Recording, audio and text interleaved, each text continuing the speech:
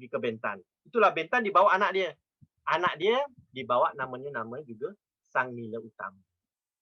Nah, Sang Nila Utama ni lah nanti yang nama ditukar menjadi Sri Tribuana. Nah, itu yang very confusing kan? Sebab nama tukar. Kalau ni Melayu nama tukar tak banyak. Kalau Jawa lagi banyak. Ya. Birthday tukar, kahwin tukar, ya. Mati pun tukar nama, ya. Jadi agak pening kita baca. Nah, tapi ni tak sangatlah. Okay. Dan apa yang terjadi adalah Sang Nila Utama kita tahu bahawa bapa dia tu dah jadi raja di Minang dan Sang Nila Utama tinggal di Bentan, dikahwinkan dengan anak raja perempuan Bentan namanya Wan Sri Beni. Okey, dah kahwin, dah baik semua, itulah yang saya sebut itu kan. Dia kata tentang apa? Itulah hujung tanah besar. Nah, ini adalah perkataan Melayu. Hujung tanah. Hujung tanah itu selalu orang Malaysia panggil ya, ujung tanah tu Johor. Tapi dalam teks ini ujung tanah Singapura. Ya. Ini nanti dah klaim-klaim ni nanti masuk UNESCO ni susah ni, ya. Nah, ni agak menarik. Jadi kita Nila Utama kata okeylah, let's go. Dah pergilah. Ni yang tadi cerita mahkota harus dibuang. Nampak tak tu? Di Teluk Belanga ni, salah eja ya. Ya, Teluk Belanga tu mahkotanya dibuang. Okey. Baik, ni kita dah ceritakan tadi, ya. Dan apa Singapura namanya? Namanya adalah berkenaan dengan binatang yang melintas. Ya, jadi saya rasa dia ambil nama sempena. Bagi orang Melayu lah ya. Ya, ambil nama sempena itu bagus. Contoh, nanti bila Melaka dibuka, dia tak nampak apa? Dia nampak kancil menendang apa? Kancil menendang anjing. Itu petanda yang baik. Binatang yang pandai ni, kecil tapi boleh menendang anjing. Ya, dan Melaka itu dinamakan atas nama apa? Pokok Melaka. Tempat tu memang tempat baik. Ya. Baik. Jadi, nah ini bila bila dah Sang Nila Utama dah jadi raja yang pertama, kemudian nanti ini lepas zaman anak dia pula. Bila Singapura dah maju, ya, bila dah maju artinya banyak penduduk. Di rantau ini jumlah penduduk adalah kekuatan sebuah kerajaan.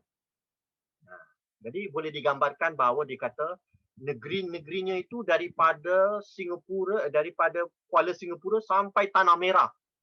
Menyambung rumahnya. Wah, awak bayangkan ya. Itu belum ada HDB itu tau. Itu tapi semua dah ada rumah-rumah Melayu tu semua dah di pantai. Maknanya jumlah penduduk yang padat. Kerana itulah ya kalau kita lihat Singapura menjadi ini dan Raja Majapahit, Betara Majapahit tu nak test lah. Apa dia buat? Dia hantar utusan. Bingkisannya apa? Ada bingkasnya sekeping tatal, 7 depa panjangnya, ditaruh tiada putus, syadan nipis seperti kertas digulung, seperti subang. Jadi yang dia nak gambarkan ni apa? Kepandaian Jawa, craftsman-nya, tapi dijadikan subang. Subang tu apa? Subang tu kan untuk perempuan. Ya kan? Jadi, dah sampai ke Singapura, Raja Singapura nampak. Lihatlah oleh Paduka Adinda pandai utas orang Jawa. Adakah di Singapura utas yang pandai demikian itu dalam utusan surat? Raja Jawa kata. Maka disuruh buka oleh Baginda, dilihat tatal bergulung seperti subang. Maka Baginda pun tersenyum. Baginda Raja Singapura lah. Dia kata, oh nak test aku ya. Dia kata, maka titah Baginda, dipertidaknya laki-laki kita oleh Betara Majapahit, maka dikirimnya kita subang. Oh, kau ingat aku ini feminin nak pakai subang ni. Ini selagi pun subang ni dibuat pakai ini pakai kertas atau apa tatal itu. Maka Paduka Seri Perkama menyuruh memanggil seorang karangan Sang Bentan namanya. Ya. Di sini adalah ni pawang lah. Pawang ni boleh ukir lah. Ya. Jadi dia ambil seorang budak-budak, dia tara kepala budak tu, dia botakkan. Ya, maka budak itu pun menangislah. Ya. Kerana dilengguk-lenggukkan kepalanya, dicukur. Ya, jadi dicukur, jadi budak tu punya rambut tu diberikan, ya, dan diberikan hadiah balik kepada Raja Jawa. Wah, ini memang nak gaduh dengan Majapahit ni. Ya, pulau kecil, the Red Dot. Ya. The Red Dot nak lawan Java ni. Java adalah sebuah kerajaan besar. Ya. Lihatlah pandainya orang kita, sedang kepala budak lagi boleh ditarah menarahkan tatal demikian itu hisap apa kepada maknanya kalau kepala budak kita boleh tarah apakan tatal. Dia kata ambillah bawalah beliung itu ke Majapahit. Wah, marah sekali. Ini beliung tu kan, beliung pisau yang cukur tu, ambil sekali bawa balik dia cakap. Persembahkan kepada saudaraku iaitu Raja Jawa. Maka orang Jawa pun balik. Raja Jawa dengar melenting terus nak serang Singapura. Nah, ini terjadilah serangan Singapura. Ini serangan pertama. Majapahit lakukan apa? Dia kata tiada berakal si keparat iki, patut engkau bawa beliung akan penarah kepalaku itu. Raja Jawa kata, oh kau dah nak kasih ini, tapi kau kasih aku beliung pula lagi. Ini nak gaduh ni, dia kata. Ya, bukankah kepalaku hendak ditarah Raja Singapura itu? Oh, ini diplomatik apa ni? Squabble ya. Ya, itu jam tak ada Facebook, tak ada apa ni email. Bayangkan, terus hantar apa? Terus hantar pasukannya. Ya, sampai ke Bentan, dengar ke Singapura dan Paduka Seri Kamar pun menita orang lengkap.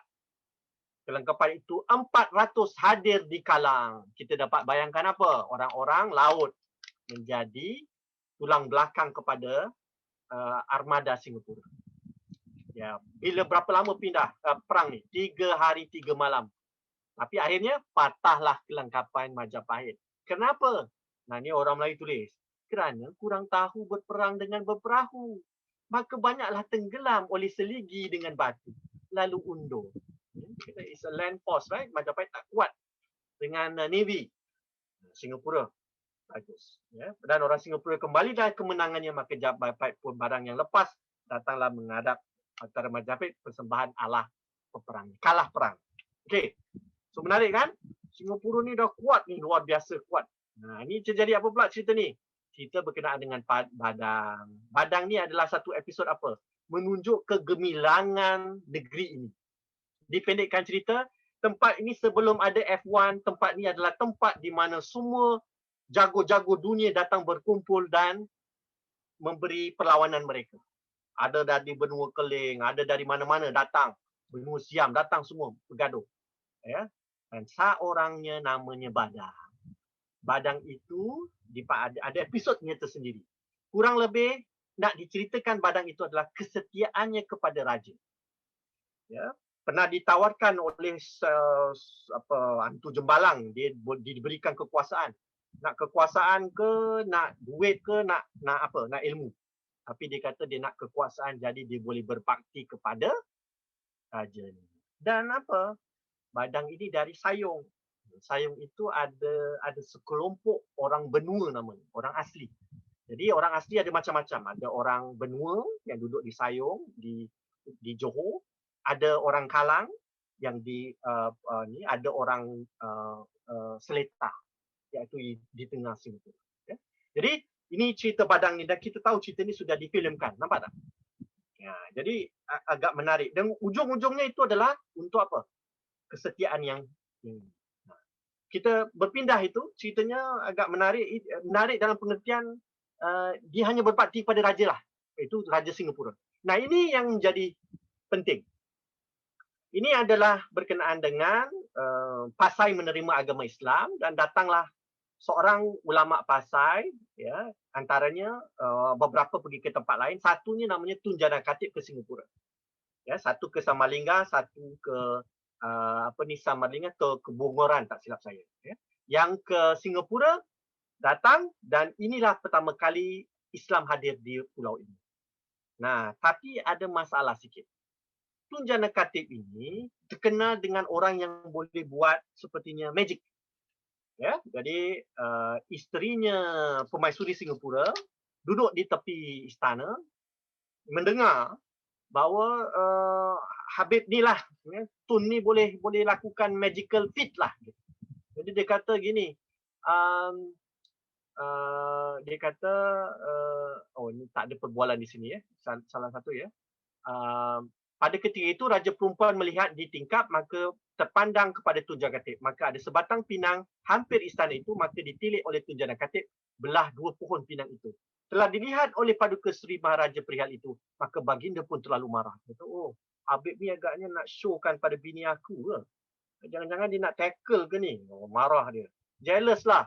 Maka dia suruh tangkap Tunjana Kata. Pasti Tunjana Kata ni handsome lah. Okay, ada Arab ya. Jadi tangkap, dibunuh. Ya. Dan dibunuh di mana? Di sebuah tempat. Namanya tempat orang berkedai bikang. Ditikam Tunjana Kata. Akhirnya apa? Tapi tak mati. Mati, tapi hilang badannya. Lenyap. Darahnya ada, tapi badannya tak ada. Dia dikatakan bahawa kepalanya di mengkau, ujung sekali atas naik atas pula. Tak tahu macam mana. Tapi sekurang-kurangnya adalah ceritanya berkenaan apa? Dibunuhnya seorang alim ulama. Pasti ada sesuatu bencana yang akan berlaku. Okey? Dan kemudian ada pertalian dia dengan episod ini. Ada 2 episod yang akan nanti menjadi tanda di mana kerajaan ini akan gugur. Satunya adalah Singapura dilanggar todak. Ini kita dibawa oleh penulis masuk kepada episod ni pula.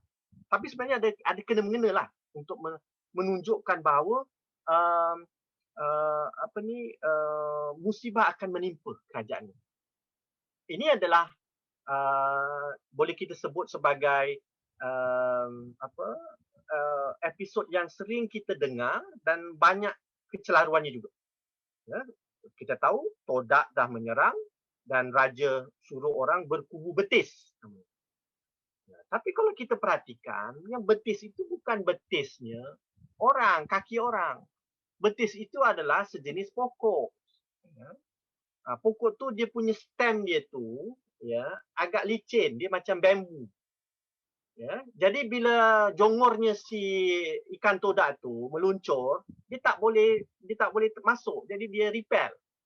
Jadi dia terus masuk ke air balik. Ya, jadi dia makin banyak. Jadi ada budak ni kata, kenapa pakai betis ni? Dia cakap, salah. Baiklah dia cakap pakai batang pisang. Gunakan batang pisang. Jadi kalau batang pisang tu kan boleh, jongor tu boleh tercocok dengan ni. Akhirnya orang Singapura boleh tebas, boleh bunuh ikan itu. Jadi tapi menariknya adalah ada menteri-menteri orang besar cakap, tuanku, budak ini terlalu besar akalnya. Sedang ia budak lagi demikian, jikalau ia besar lagi banyak akalnya, baiklah kita bunuh. Syadan, maka budak itu pun disuruh bunuh oleh baginda, menjadi benar kepada hatinya. Adapun tak kala budak itu dibunuh, maka hak rasanya ditanggungkan atas negeri Singapura. Maksudnya apa? Kata, kau tengoklah, kau bunuh aku kan? Satu hari kau kena balik. Itu maksudnya. Jadi memang akan terjadi. Apa terjadi? Datanglah satu episod. Satu ulama dah kena bunuh, satu budak telah dicampak. Ya. Dan cerita budak ni dicampak, ya teman-teman, ada versi apa? Versi apa yang tadi saya versi apa? Versi lisannya. Ya, nanti akan saya share nanti.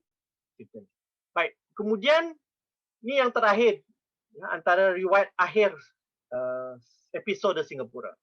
Sang Rajunatapa. Sang Rajunatapa adalah salah satu menteri bendahari dalam kerajaan Singapura.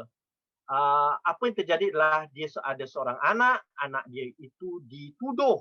Anak dia itu sebenarnya salah satu gundik lah dalam istana dalam istana Singapura, dan dituduh melakukan tak baik. Ya, maka apa yang terjadi adalah disuruh bunuh, ya, di hujung pasar, ya, di Sula sebenarnya. Maka Rajunatapa pun terlalu malu melihat hal anaknya itu, maka dia kata, jikalau sungguh pun sekali anak hamba ada berbuat jahat, bunuh saja. Mengapalah diberi malu demikian?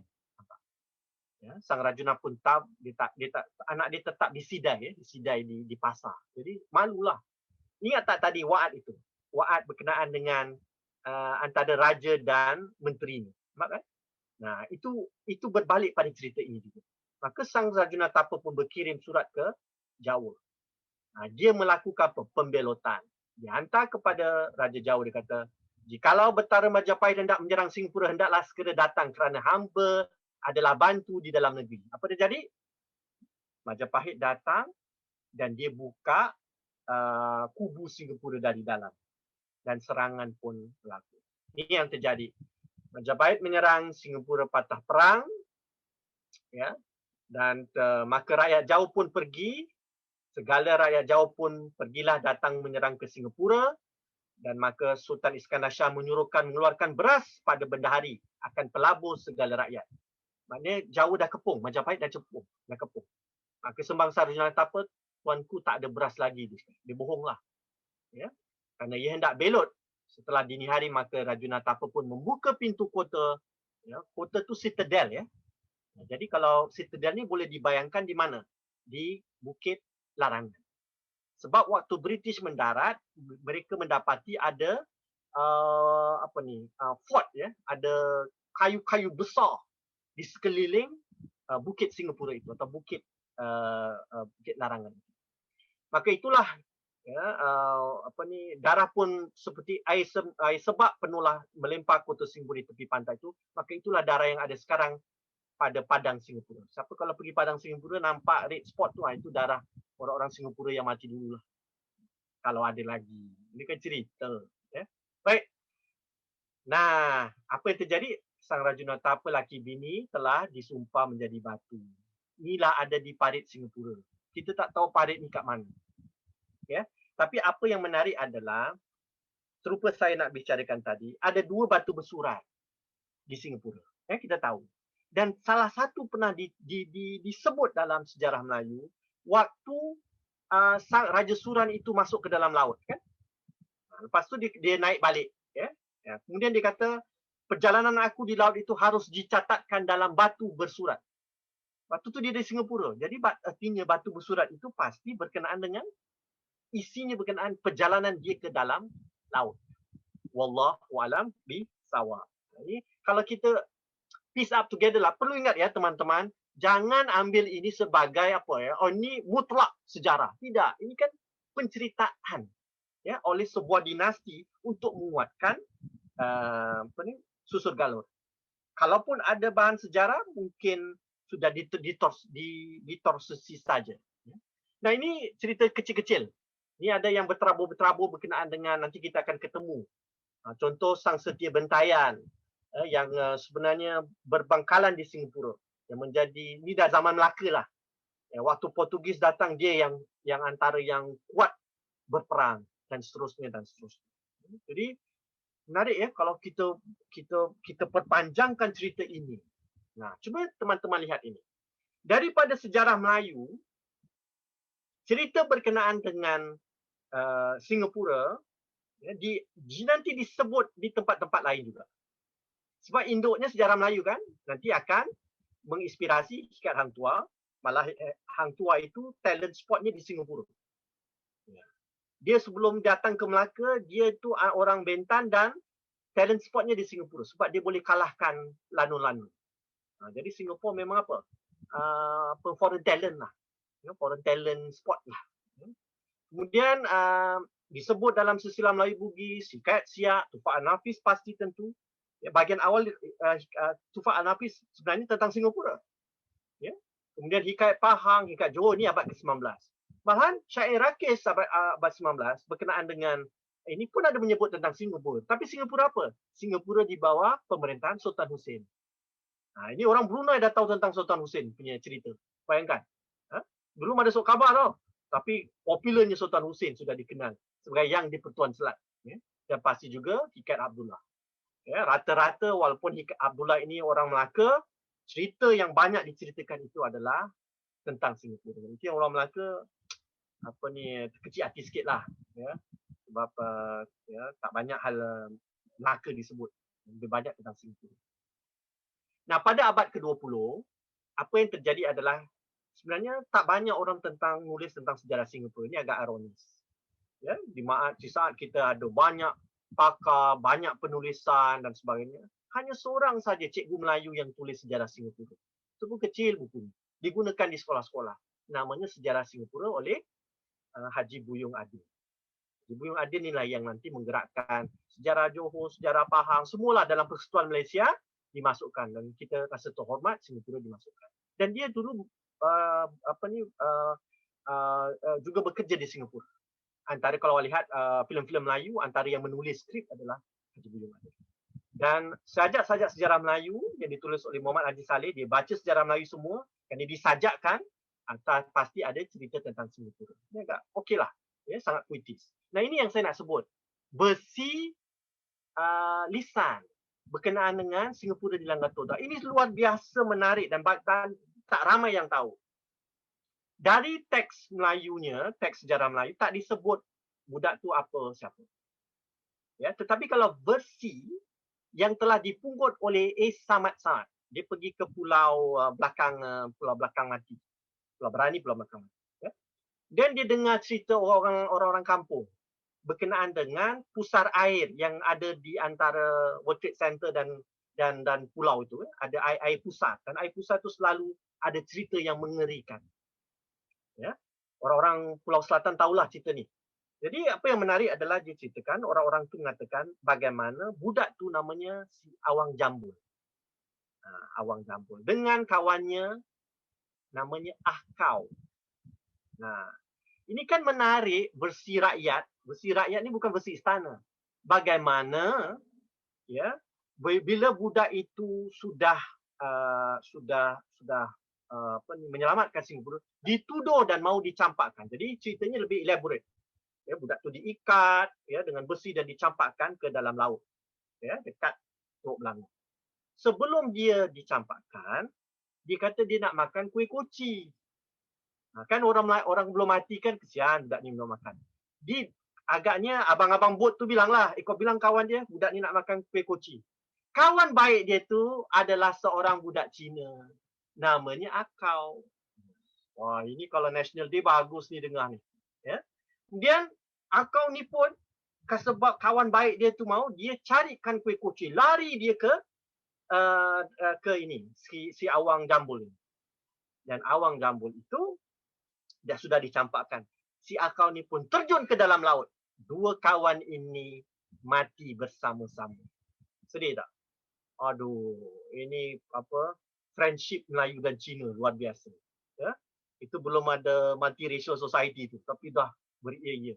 Kalau kita pandangnya apa? Rakyat Melayu sudah hidup dengan masyarakat Cina. Jadi sebahagian cerita itu adalah lingkungan mereka. Ya, jadi mereka masukkan watak Akau ini ke dalam. Jadi ini bukan dalam teks bertulis, ini cerita rakyat. Jadi ada Mak Jambul dengan Akau. Dan kebetulan saya pernah ketemu satu jalan kat Pasir Panjang, Jalan Mak Jambul. Jangan jalan tu sempena budak tu lah. Ya? Nah, tapi yang kita selalu dengar Hang Nadim tu versi filem. Budak tu tak ada nama. Tapi versi rakyat, Mak Jambul. Kenapa tak dipakai Mak Jambul? Versi filem. Nah, saya rasa tak sedap lah agaknya nama Mak Jambul. Hang Nadim lebih sedap. Ya? Nah, apapun teman-teman, ya, sejarah begitu kaya dan ini adalah sesuatu yang harus kita fikirkan bersama. Ya. Kurang lebih saya tutup ceramah ini dengan, cuba kita baca daripada seorang sejarawan Belanda, namanya Johan Huizinga. Saya suka baca esei-esei beliau. Even though we may rate older periods higher than the present, for their faith, their art, and their solidity and soundness of their social norms, our cultural life is no longer directed towards an illusory ideal or reinstatement. We are neither able nor willing to look back. The stronger spirits, however, do not fear a heavy load of ancient values in their own onward stride. We know it only too well. If we are to preserve culture, we must continue to create it. Saya rasa versi rakyat itu adalah satu percubaan.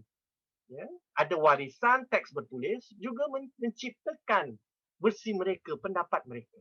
Bagaimana kita hari ini? Adakah kita sudah terus mencipta sejarah, terus mencipta penceritaan Singapura? Kita tidak boleh melakukan dalam kekosongan, kita juga harus balik kepada sumber dan dasar kebudayaan kita, iaitu warisan. Ya? Dan itu saya sudahi dengan wabillahi taufiq wal hidayah. Wassalamualaikum warahmatullahi taala wabarakatuh. Dan moga-moga anda boleh memberi soal ya lewat pakai kaedah apa ya disebut itu uh, Q&A. Ya. Dalam Q&A, ada bahagian Q&A, anda boleh berikan di situ. Okey. Baik, saya dah dapat lihat soalan-soalan ini. Ya. Salam doktor, tempat yang dinamakan Singapura sempena haiwan yang dikatakan singa itu, sedangkan singa itu tidak ada Melayu. Adakah bermakna ada dalam kalangan mereka pernah melihat singa di tempat lain? Dan bolehkah juga kita dikatakan mereka yang melihat itu bukan orang tempatan, sebaliknya orang luar? Saya rasa gini, itu adalah mitos yang kalau kita tahu di India ada banyak singha. Ya. Hubungan dunia antara bangsa sebenarnya sangat terikat, ya, perjalanan bahan, produk, idea dan sebagainya. Selalunya kita underestimate hubungan itu. Kita fikir orang tak pernah ketemu. Sebenarnya tidak, ya. Jadi cerita mitos-mitos yang dari India, cerita tentang hal antah berantah yang dari jauh itu memang dah masuk. Sebab kalau kita lihat beberapa terminologi singa itu, pura itu sudah ada dipakai contoh di Jawa, ya, sudah dipakai di Champa sebagainya. Ya, jadi tidak mungkin saya rasa itu ada bukan orang luar, bukan orang tempatan tetapi orang luar. Menterinya kata dia dengar, maknanya ada this narrated. Ya, kalau cerita-cerita India memang banyak tentang singa. Kita tahu singa datang dari mana? Dari Afrika kan? Ya, kemudian nanti dibawa ke Asia Tengah, dibawa ke Afrika, benua kecil India. Ya. Itu saja yang boleh saya katakan. Ya. Kemudian Safwan Razali mengatakan kita melihat wadat demang lebar daun ini sangatlah besar kerana mewakili seluruh masyarakat Melayu. Padahal siapakah yang membenarkan demang lebar daun ini membuat keputusan untuk seluruh masyarakat Melayu sehingga wadat ini menjadi pegangan kepada beberapa pemimpin Melayu seperti Yang Tua yang sangat taat setia kepada raja walaupun ditindas sendiri. Apa pendapat? Sebenarnya dari awal ya, saudara Safwan, bila saya baca itu tak ada kaitan yang sukar saya nak berikan kepada rakyat. Sebab itu adalah the smaller ruling house, the oligarch of Palembang. Namanya Demang Lebar Daun. Cuba kalau kita lihat, Demang Lebar Daun ini mempunyai nasab yang baik sebab banyak anak-anak perempuan dari raja-raja lain atau ketua-ketua lain yang kahwin dengan Sang Sapurba dapat sakit kulit. Tapi anak dia tidak.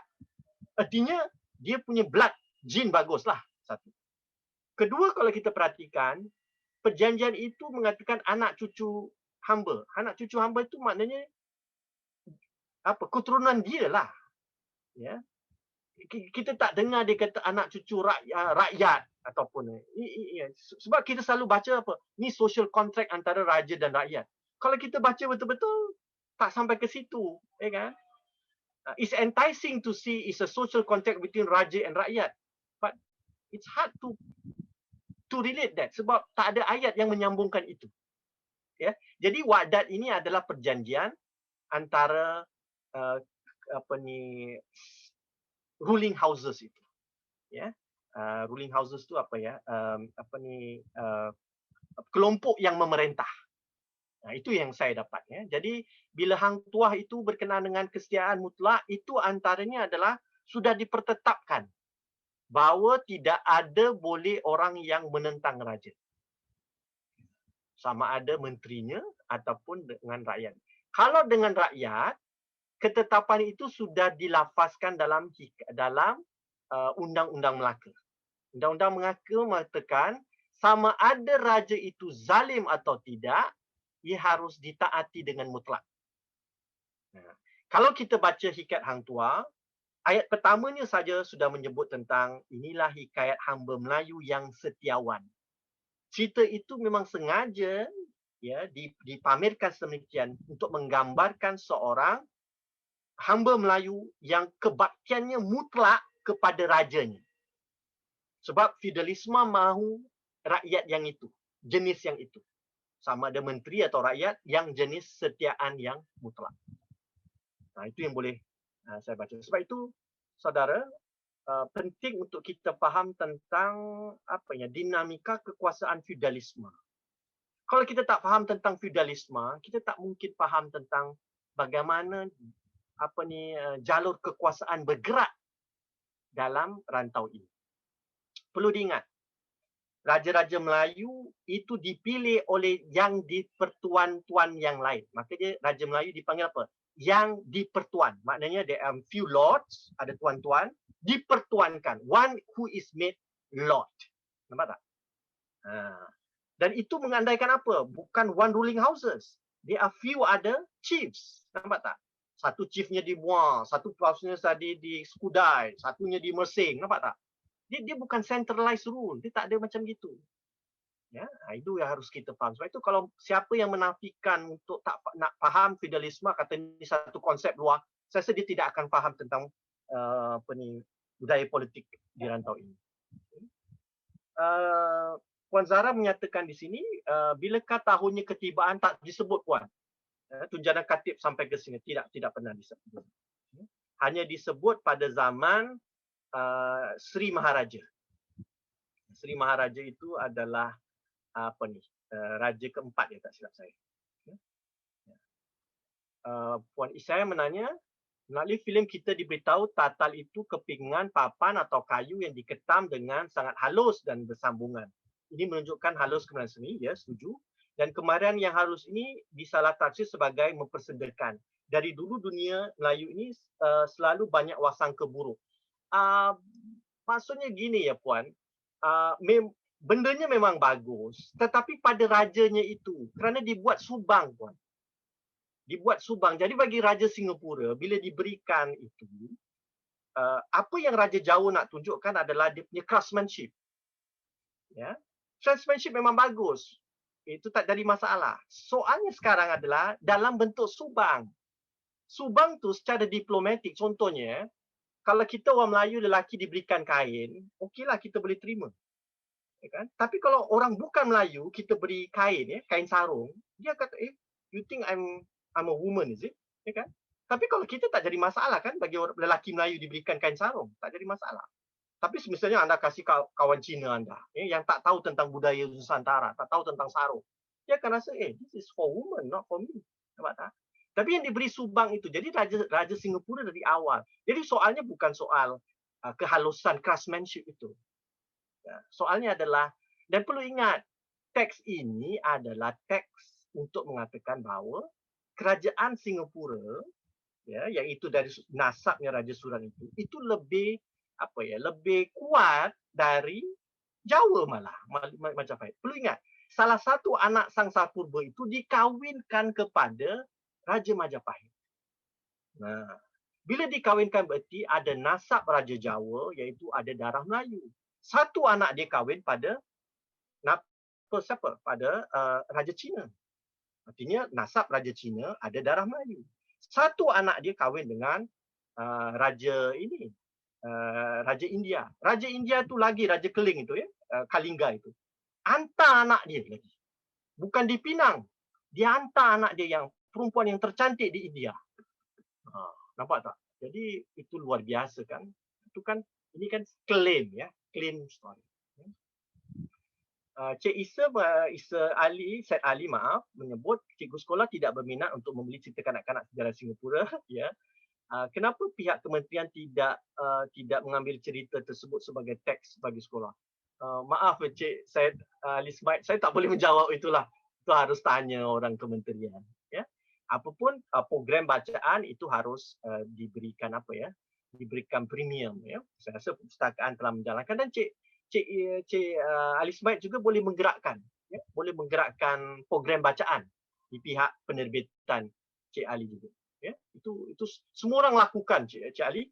Ya, kita dari Malay Heritage Foundation tu mau melakukan. Jadi dengan dunia cyber ini, ya, dunia digital ini banyak yang boleh kita lakukan. Ya, kalau orang tak tahu kita. Cik saya mengatakan cerita Raja-Raja sudah menampakkan teknologi tinggi seperti kuda sembrani, kotak kaca membawa. Pasti, ya. Selalu kita pun underestimate tentang teknologi zaman lalu. Sebenarnya banyak yang sudah berlaku pada zaman itu adalah kerana sebenarnya kejahilan kita lah. Kita hanya fikir zaman kita saja yang boleh menghasilkan. Ya. Contoh antara lain adalah bagaimana mereka dapat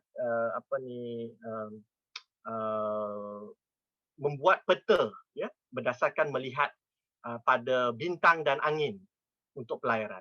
Masalahnya teknologi ini kemudian tidak diubah dalam bentuk yang konkret. Nampak tak? Tidak diperturunkan berbanding contohnya dengan peradaban lain.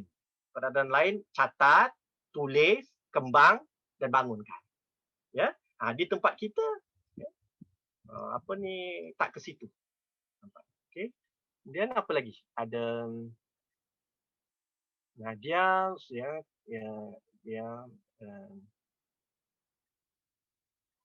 boleh doktor senaraikan kisah-kisah dalam sejarah yang menyebut nama Singapura? Itulah yang tadi kuliah itulah. Ya. Ya, kalau nak satu persatu cerita bagaimana, anda boleh sub cerita pun boleh, big cerita pun boleh. Tergantung pada anda. Mungkin saya boleh cari 10, anda boleh dapat 7. Ya. Jadi apapun versinya itu, versi saya rasa versi sejarah Melayu berbagai, apapun adalah berkenaan dengan cerita Singapura tu agak fix lah. Ya, tak ada orang nak sembunyi-sembunyikan sebab itu integral part itu. Ya, bila kita tahu tentang Islam masuk itu, sebelum itu dia dah masukkan dulu apa, Islam masuk ke Pasai. Ya, jadi penulis yang bijak ini. Sebelum dia masuk satu cerita tak terus menerus melompat. Dia ada background, dia dah condition kita, baru dia masukkan cerita. Nah, kuda sembrani ni tak ada apa-apa, Mariana Isa, itu adalah sekadar disebut saja. Ya, tentang binatang mythical ini atau ya yang membenarkan perjalanan dia ke ini. Ya, perkataan sembrani ini ya selalu ada konotasi besi yang baik ya. Ya. Dan itu pernah kita dengarlah di sini. Apa lagi?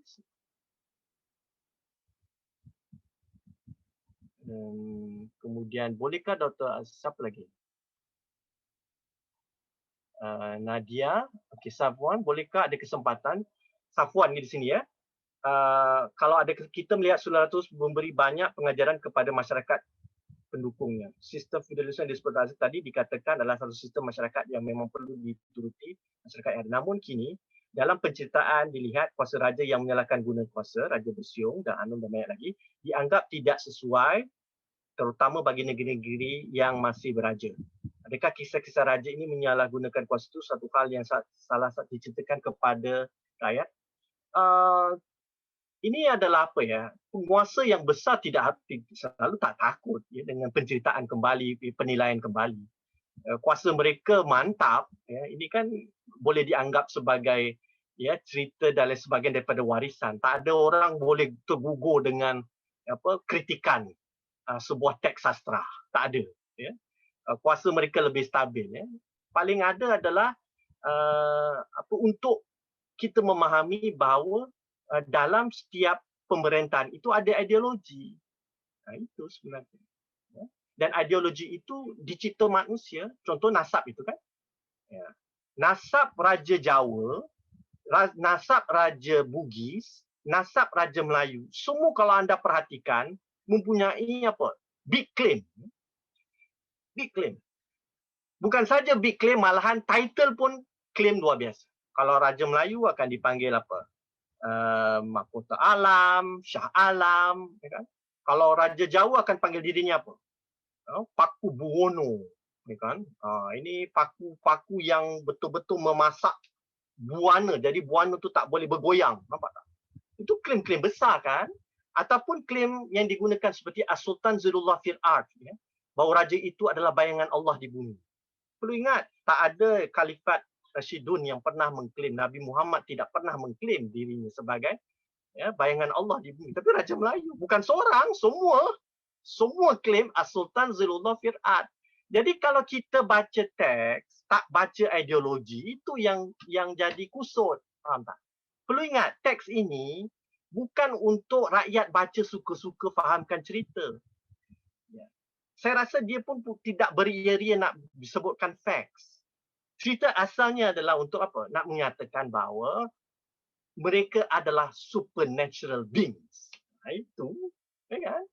Nah, kalau anda kumpulan yang memerintah, anda tak ada medium apa nak bicarakan, ya kan? Medium yang terbaik adalah medium penceritaan. Sebab di tempat Melayu tak ada wayang. Nampak tak? Di tempat jauh ada satu sistem wayang. Wayang itu digunakan. Memang kita Melayu kemudian ada wayang kulit. Tapi istana tak menggunakan mod wayang kulit untuk menampilkan ideologi negaranya. Ya. Keraton Jawa menggunakan. Jadi Istana Melayu gunakan apa? Penceritaan ini. Dan penceritaan ini diceritakan dalam bentuk hikayat. Dan hikayat ini apa? Didendang, dilagukan. Ya? Dimain-main suarakan gitulah. Bukan macam saya baca tadi. Saya baca tu bukan tak ada turun naik nada. Ya kan? Kurang lebih. Ya kan? Okey. Saya rasa kita dah sampai ke... Ada lagi? Saya rasa kurang lebih inilah ya. Ya. Jadi biar ini membuka semangat baru, ya. Ini mungkin terakhir ya dari Azam Adnan ya. Adakah terdapat penceritaan mengenai sejarah Singapura yang lebih terperinci dan di dalam sejarah di mana teks-teks lain ya Melaka seperti yang diceritakan sewaktu zaman sebelum Melaka? Saya belum ketemukan. Adakah terdapat penceritaan? Tak ada. Saya tidak ketemukan. Ya. Singapura, teks ini sajalah yang banyak menceritakan tentang Singapura. Dan perlu ingat, negeri-negeri Melayu, Pahang, Johor, Selangor itu negeri-negeri agak baru. Tak ada cerita-cerita mitos mereka, tak ada. Yang antara negeri itu adalah Kedah. Kedah, Patani itu yang atas tu ya, itu ada cerita. Malam ada yang claim dia 2000 tahun tu. Lebih panjang. Sebab Kedah tu adalah antara pusat peradaban sebelah atas, sebelah utara. Tapi kalau yang di tengah ini, Singapura lah yang pasti memainkan peranan. Ya. Makanya kalau kita tak mengapresiasi teks ini, kita fikir ini cerita orang Melaka je, kita rugi. Dan kita juga rugi dalam naratif nasional. Sebab anak-anak Melayu tak memanfaatkan ini. Tak mengatakan ini milik Singapura. Nampak tak? Seolah-olah ini cerita orang Melayu saja. Kita harus mempertegaskan ini adalah apa jua tentang Singapura adalah sebahagian daripada warisan Singapura. Mau setuju atau tak apa, tak kisah. Ya. Tapi tak boleh nafikan ia berkenaan dengan Singapura. Dulu kita bergaduh pasal apa? Sama ada dia sejarah atau tidak. Saya rasa strategi itu salah. Ya. Jadi strategi sekarang adalah ia adalah warisan, heritage. Itu yang boleh kita tiket yang terbaik. Jadi kalau orang kata, oh no, we can't accept. This is all about Singapore. How can you cannot accept it? Right? Nampak tak? Jadi dalam itu kita harus lebih kreatif untuk membaca. Dan saya yakin anak-anak ke depan, ya, mana cerita-cerita ini, ya terjemahkanlah dengan baik. Sudah pun ada terjemahan, buat yang lebih baik, ya. Ataupun dibuatkan dalam cerita yang lebih mudah, ya. Dibuatkan short film, ya kan? Ya, dibuatkan interpretasi baru. Sebagai contohlah, interpretasi berkenaan dengan betis itu, sama ada betis tukar pokok ataupun betis itu adalah sebahagian daripada anggota manusia. Itu kan boleh diulang balik ceritanya. Baik, teman-teman, saya rasa cukup di sini. InsyaAllah nanti kita ketemu pada tanggal berapa nanti Julina lah yang akan Julina dan saudara Fadli ya. Fadli akan menyampaikan butiran-butiran berkenaan kuliah. Selalunya ujung bulan yang terakhir. Ujung bulan, minggu-minggu ujung bulan. Minggu-minggu ujung bulan, kuliah ini akan diadakan. Okey, sekian saya sudahi dengan wabillahi taufiq wal hidayah. Wassalamualaikum warahmatullahi wabarakatuh.